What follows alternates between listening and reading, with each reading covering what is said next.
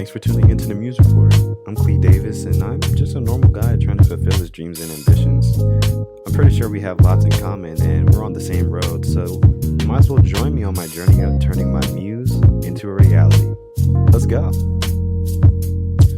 So in this episode, we have with me special guest Darren Daly.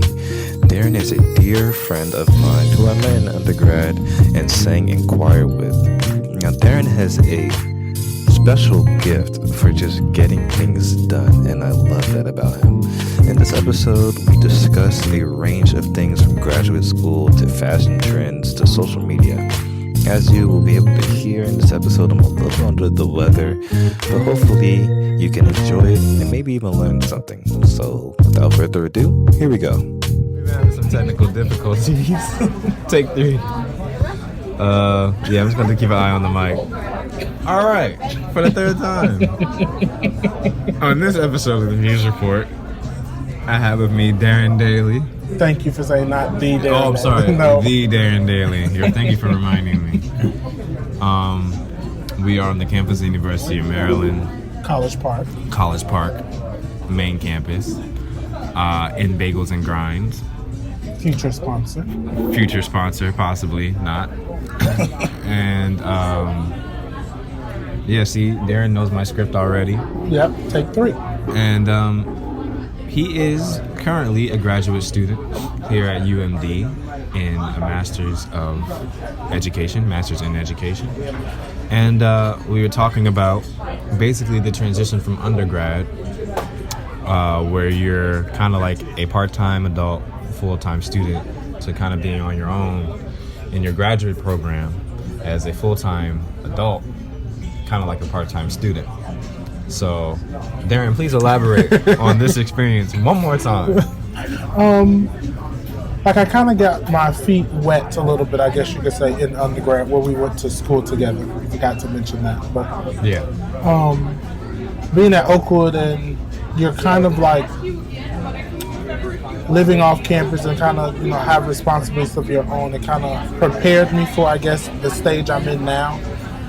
But I guess it's still a struggle because you're really just living off of like loans that you get, but school is becoming so expensive now. It's kind of like you're trying to find some type of job to kind of supplement the little areas that you need. So I want to find something in like an educational field to help me, but I kind of want to focus really on school so I can do the very best. So when I get out, people can see that I did my very best in graduate school. So I guess the term we can say the struggle is still real.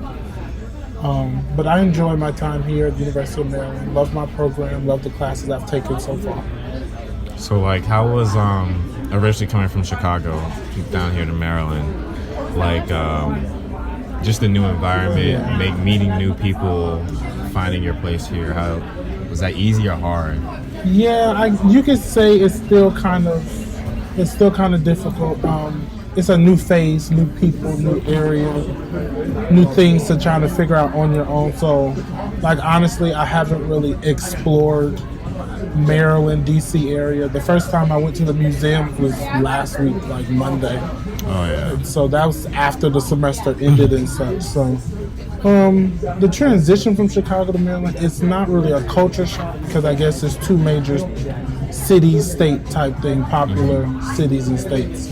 The culture shock is really coming from Huntsville to like the north with cost of living and such. Oh, yes. Huntsville cost of living is very low. Very low. Appreciate it.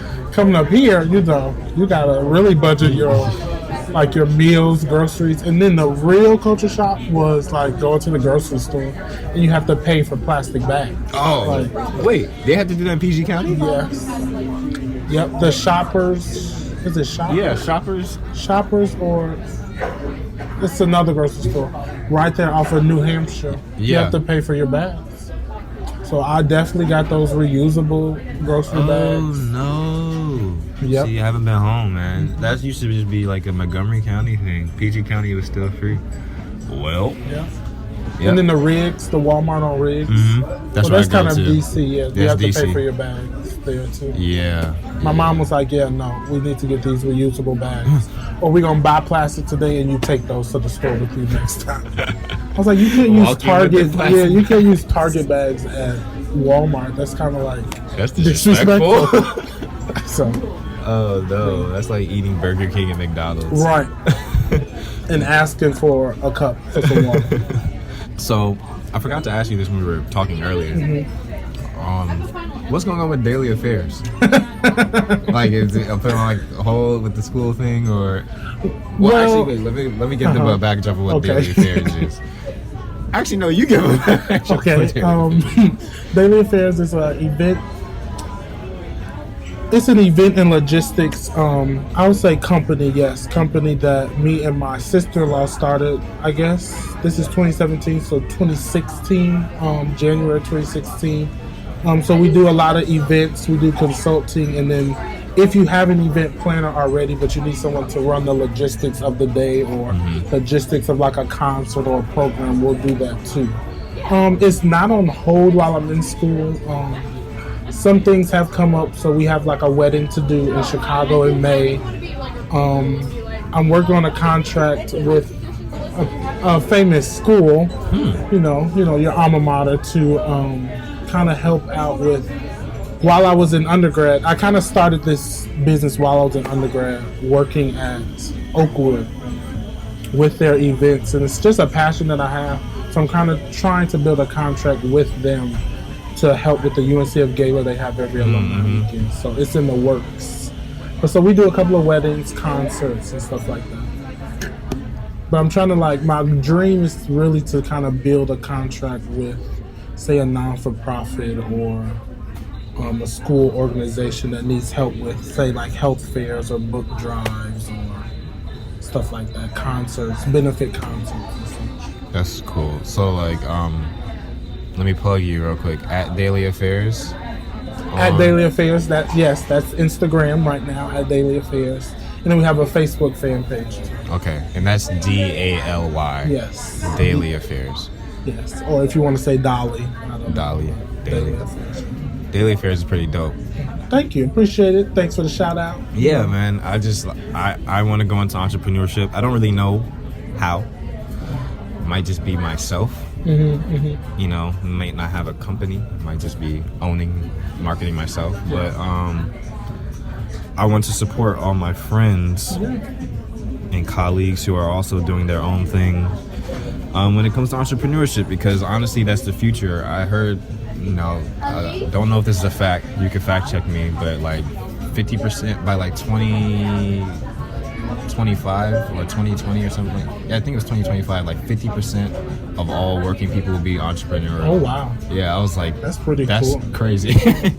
I mean, that's awesome. I just think that's how most of these famous brands that we wear, or they started somewhere. Yeah, they started at home doing something.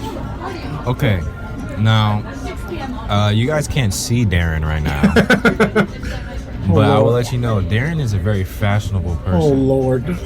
Yeah, okay, he has the jean jacket, we're not jacket, going to say what we're wearing the Yeezys on, with the distressed cap, okay.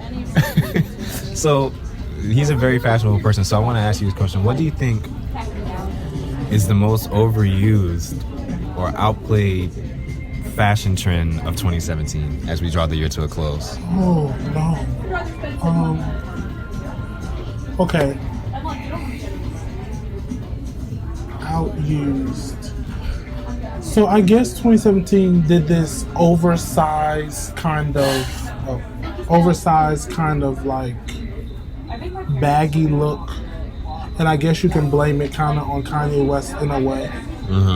But it's kind of on its way out, honestly. People are still kind of using the trend of it.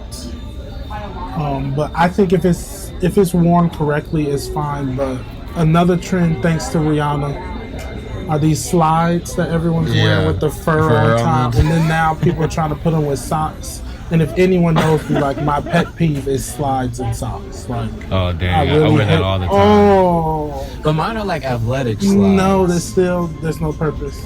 I'm about to play basketball. I gotta wear socks. I can't play basketball. So you and wear have socks. gym shoes to wear in the gym. You have gym shoes you play in the gym. And you just switch them out. Socks and slides? No. No? Okay, well, I'm in a fashion violation. Then. Yes, very much so. I hate socks and slides. I even shared on my Facebook how Steve Harvey hates socks and slides. Wow. So I have a famous supporter.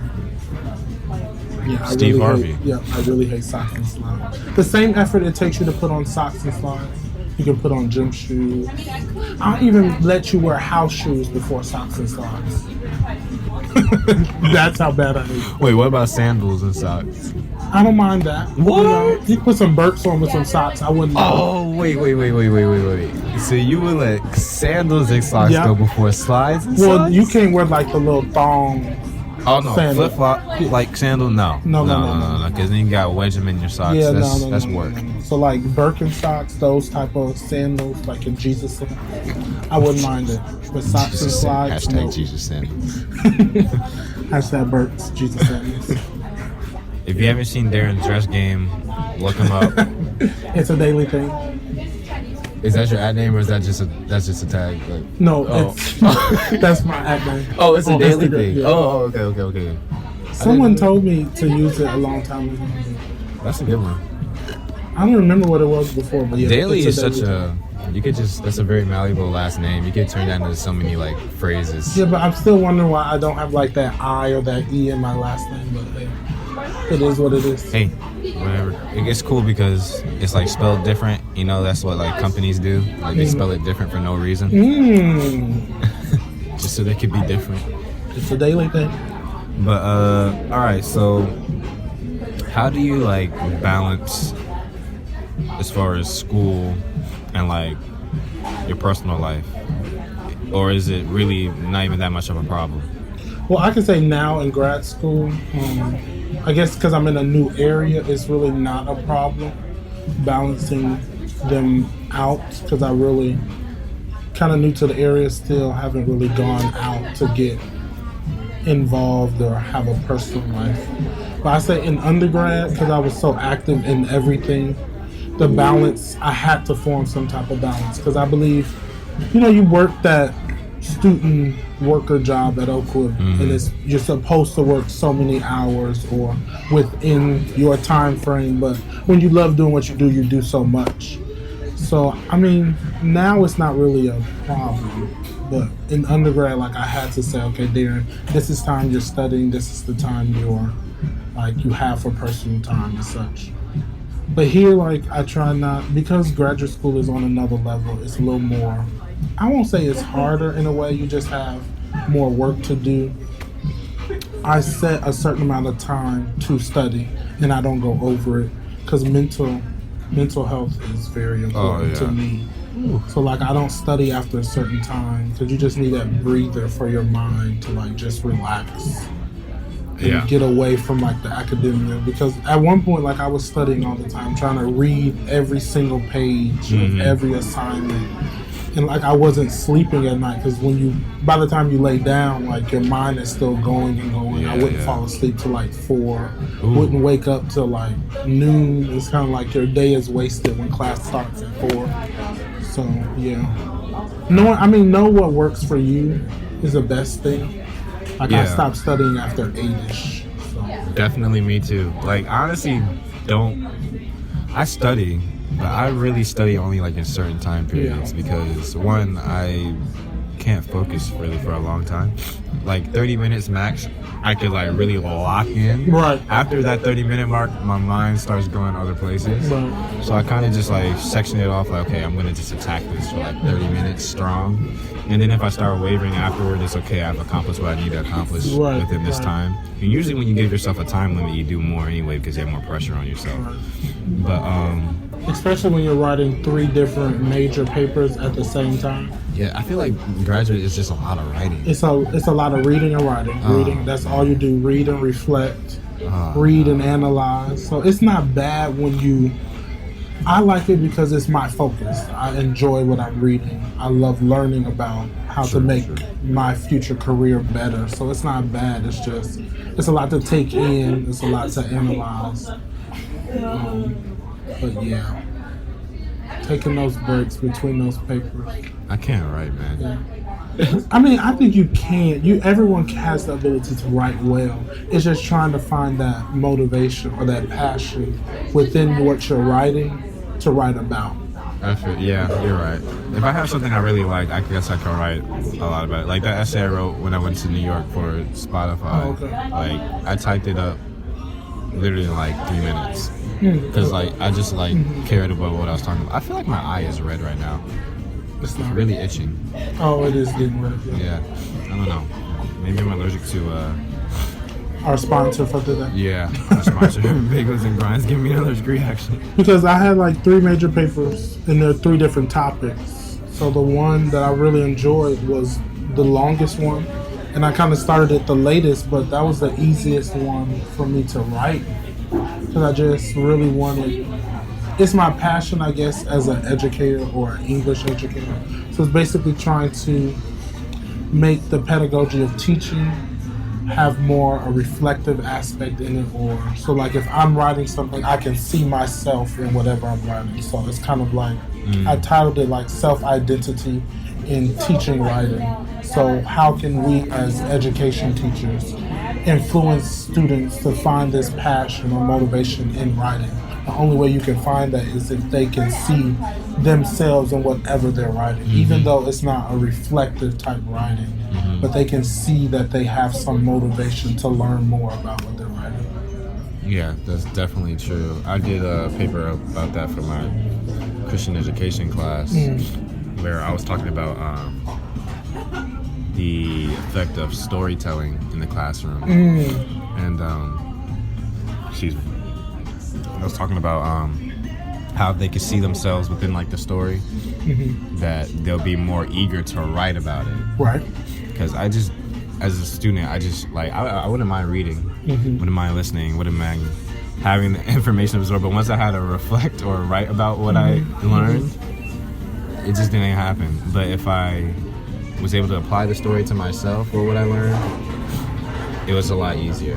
So that's definitely something that I think you should keep looking into, because I feel like teachers really don't do that a lot as far as the storytelling aspect, even for more analytical things. Like one of my math teachers for like our algebra class in high school, he will always make the problem an applicable story, like, okay, like you need to get to this place in this amount of time for at this X amount of speed, blah, blah, blah. And you apply it to yourself. Well, how am I going to get to this place that I want to go to Very true. at this time? So it just made it a lot easier. And then when I had to reflect or talk about what I learned, it stuck with me because it's about myself. Everybody likes to talk about themselves. Of course. All right. So this is a very kind of specifically worded question, but it's actually kind of general. But you go to the doctor and he says you have 1 year to live. What would you do to leave your mark on the world within that 1 year? Effect on society, effect on yourself, culture, I don't know. One gift that I think God has given me is kind of like having this gift of like giving or like really caring for others or entertaining others in a way.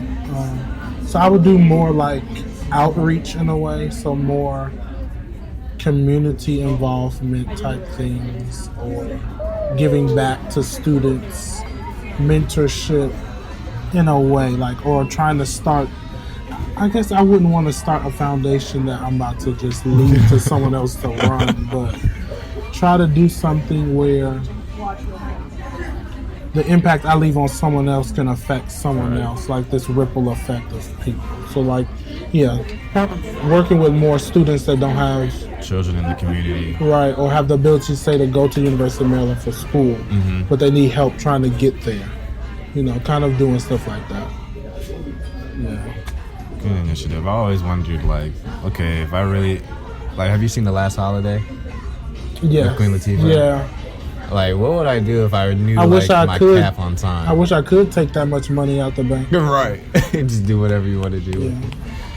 But I feel like honestly, if I did have that money, I would be more fulfilled if I used it to help other people, rather than just spending it on myself when I'm not going to be here for much longer. You know. But I would want to travel though. I would want to travel. I do want to travel, as far in life and period.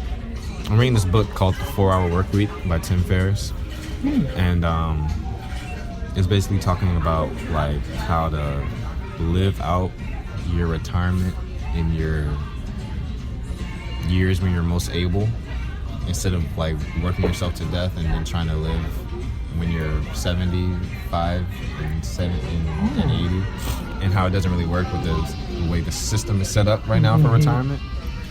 So it's pretty cool, and he's talking about how he like travels, like some family, like they just like got on a boat and traveled the world for like $19,000. Like that's like rent. Yeah. Right. So like he was like, honestly, like people have the excuse of like they don't have enough money, but if you really wanted to do it, it's possible, and it's better to do it when you're younger, 45 instead of waiting till you're 80 and you can't breathe without help. I mean, that's why I kind of like the education field, because you're not working all year round. You kind of have your summers. Yeah, your summers, your holiday breaks. So, I'm for sure gonna use those summers to travel for sure. Yeah, so traveling is definitely something I want to do too. So hopefully I have the autonomy to just go when I want. That's the goal. But I just don't want to work myself and then try to reap the benefits later. I want to live my life. Like as I go along, you know. So if I have to, or if something happens, right, I can say I lived a good life. Right. Yeah. That's smart. People always say she lived a good life, which is like 80 or 90 years. She lived a good life. Or they died too soon. No, I mean, I lived a good life. I died when I died. Right. Even though I'm still afraid of death. Yeah, I mean, can't be too afraid of death because you don't know when it's going to happen. Well, okay. I just don't want to die like I don't want to die slowly. No, I'd rather die tragically. Definitely. All right, because it's over. No, I don't want to be like with a I don't want to leave. No, I don't want to leave the people like family and friends. I don't want to leave that last memory of like he got in a car accident and was pushed out of the car type thing. I wear my seatbelt. I don't want like a tragic like something fell on top of me and that's how you remember me. That's true, but I just like don't want it to be like slow and painful. You know, I'd rather just get like taken on a drive-by and like it's just quick. Okay, Black Lives Matter. My drive-by. Oh man, I mean, I don't know. That's something I don't even want to think about right now. It's something like honestly, there's no point in thinking about it because it can happen at any time. So just live life to the fullest now. All right, social media is something I always like to talk about because it's just like mind-blowing the effect that it has on society today. I did not think it was going to get to this caliber 4 years ago, 5 years ago, 6 years ago. It's a part of basically the economy now. And you've heard about this whole net neutrality. I don't even know how to say it. I heard about that. I'm like, are you kidding me? A friend, we were talking about it. What's today? Sunday. We were talking about it on Thursday. Because I woke up and I saw this hashtag being used. Yeah. And I'm just like, what is going on? So you try to catch up really fast, like on Twitter or something about it. The best way someone explained it to me is basically like your cable that you, whatever, if it's Verizon, Vios, Xfinity, whatever, but you have these levels to it. So like they're basically trying to regulate like the different levels of internet. What are different levels of internet? So like with your basic cable, you'll just have regular internet. I mean basic channels. And then you want a different level, so you want like Food Network, HGTV, all of that. You'll have to pay a little more. Then if you want HBO, Showtime stuff, you have to pay a little bit more. And then so how you compare it to the internet is like you'll probably have basic internet, basic speed, but say if you want Facebook and Netflix and Hulu and all, you have to pay a little bit more. You want a faster speed, you have to pay a little bit more. So they're kind of regulating, because technically right now, general internet or general Wi-Fi is free. Right. So you're not paying for gigabytes or how it's used. But my thing is like, so your phone bill, your cell phone bill is going to be higher. Your Wi-Fi at home is going to be higher. I think that will increase restaurant prices, because you go to these places like Brian's and Wi-Fi is free. So that's what will regulate. They don't have to pay extra to have this Wi-Fi for everyone. I'm trying to see the purpose behind it. Like, I saw the guy on TV yesterday, the dude that's in charge of regulating this, or repealing the law that they have right now. But do you know, it's not really, it didn't go to like, that's not a Senate thing or like Congress type thing. It's just, I don't want to mispronounce the organization, but it was only like an organization of 5 people, and it was 3-2. So that's how this law, I guess, got passed. Yeah, it's not like a bill that was presented to the Senate and Congress. I need to do more research, man. Yeah. This is crazy. But social media, like, how do you like, what's your like takeaway on social media in society today? Because it's like a part of our everyday lives. Do you think it's like being used too much? Do you think we should utilize it more, or do you think it needs to be regulated, or I don't know? One thing I will say is, yes, we have freedom of speech. So social media is a way to express what you want to express. But I think it's so much you need to let the world know that's going on in your life, I guess, from my own perspective. We use social media as an outlet to express yourself, yes. Express what you're going through. But sometimes let's just be open and objective to, people that's just gonna comment back or retweet it or respond. But sometimes we expect to say certain things and not get a response. It's just a way of like an outlet for you. Some people use social media as an outlet, which is good, because hey, if that's your way of releasing mental health, hey, release it. But yes, we use it too much. I think if it becomes a distraction where your growth is stunted by social media, then you really need to like regulate how much you use it. And the great thing, we were talking about before the podcast, like what church we go to here. At the church I go to, there's no real service in there because it's in a gym. So it's not on purpose. They have Wi-Fi and stuff, but I kind of like it because it makes me focus really what's going on. Because usually I'm on some type of social media doing church. Distracted. But yeah, I think if we regulate it, it can be used correctly. Or I just don't like seeing like friends of mine or people that I know who use it to express themselves, and it's kind of like you never know if it's just a way to get it off your chest or if they're really going through something. Right. So it's kind of hard to understand people's actual moods through, I guess, social media, but that's the era we live in now. When we didn't have it, what were we doing? Writing letters to each other? Just talk on the phone?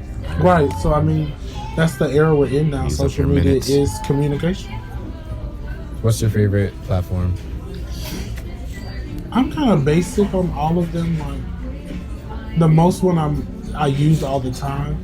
The most one I use all the time. Don't quote me on that sentence. That was very bad grammar. But the one I use all the time probably is Instagram.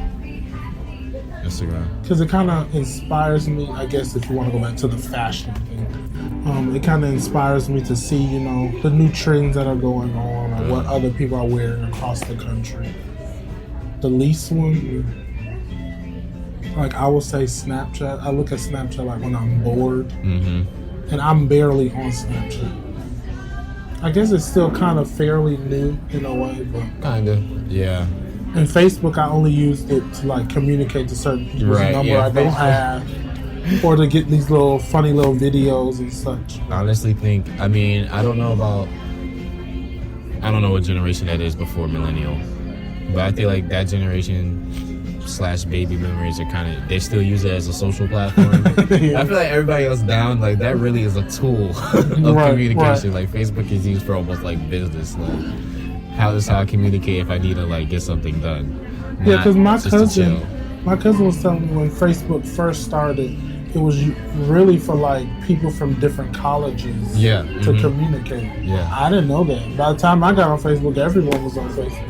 Yeah. So like you had to have like a college email to communicate back and forth. I didn't know saw that. that on that Social Network movie.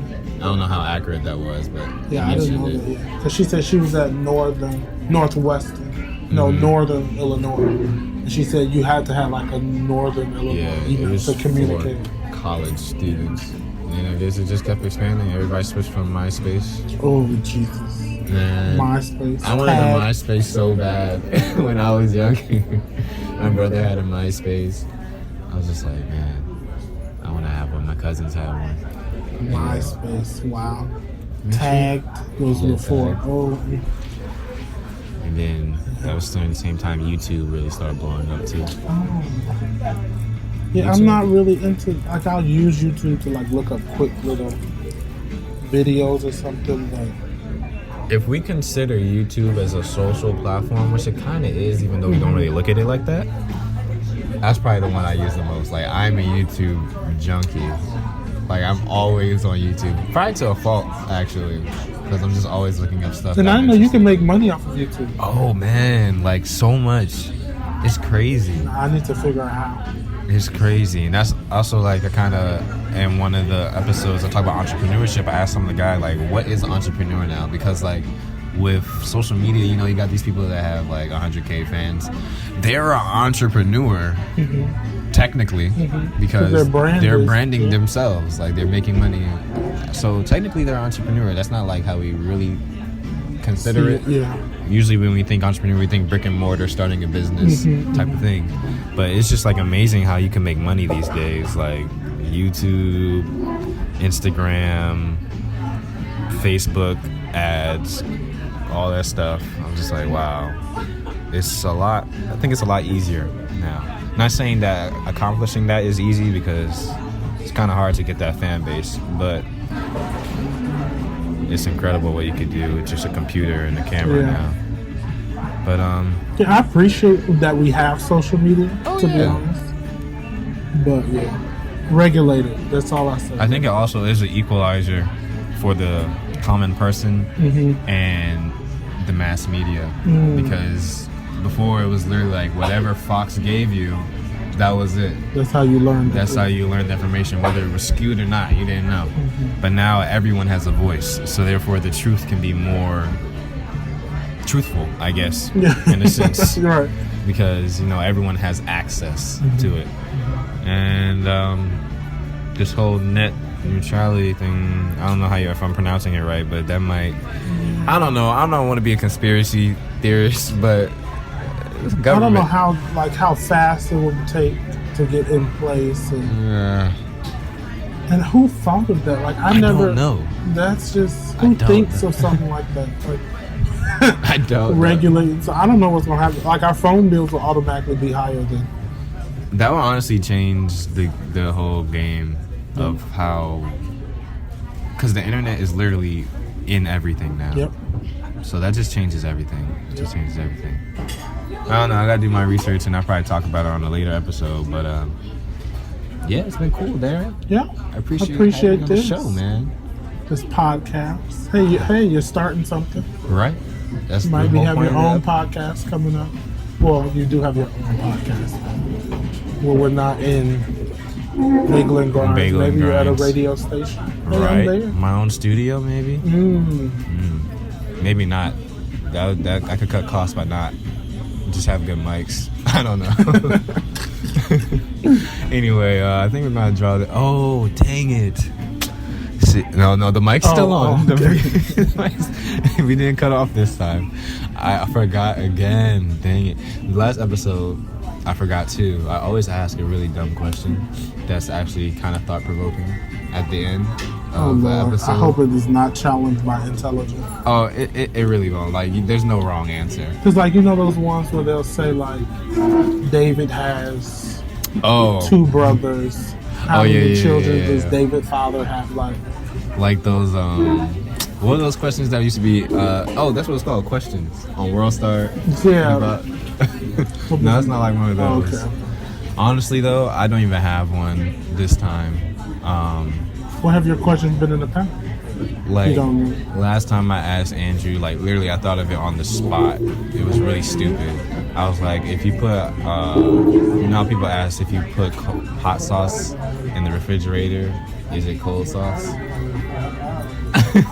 I asked him, I was like, so if you put hot sauce in the microwave, does it become hotter sauce or something like that?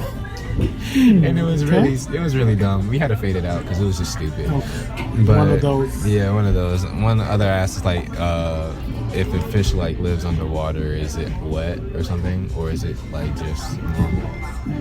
Like, is it actually wet to the fish? You know, there's like a video on Facebook about like these guys arguing about it. Yeah. And it really like It kind of makes sense. It kind of makes sense, right?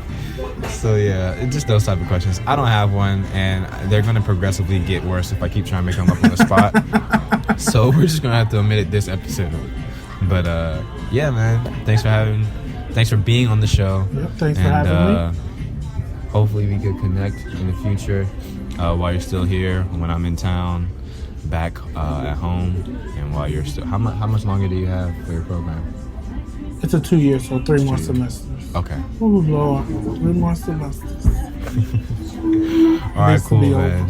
I think we're gonna draw this one to a close. That's a wrap. Hey guys, thanks so much for tuning in to the Muse Report for this episode. If you made it this far, you are the realest and I will love you forever. If you liked it, press the like button. If you really liked it, click the repost button. Share with your uncle, your auntie, your friend, your best friend, your acquaintances, whoever. Just get the word out. If there's something that you didn't like, I am open to suggestions and I'm here to learn because I'm a student of the game. So just hit me up in the DMs. You can follow me on my social media, Instagram and Twitter at @IM_Clee Davis. Until next time and until next episode, keep making your muse into reality. Oh yeah, and happy holidays.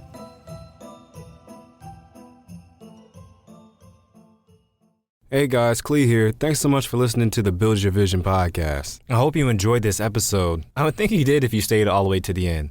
The best thing that you could do to help support this show is by sharing it with somebody. By you just taking a few seconds to recommend this show to somebody, you are making a huge impact, not only on the success of this show, but possibly on that person's life.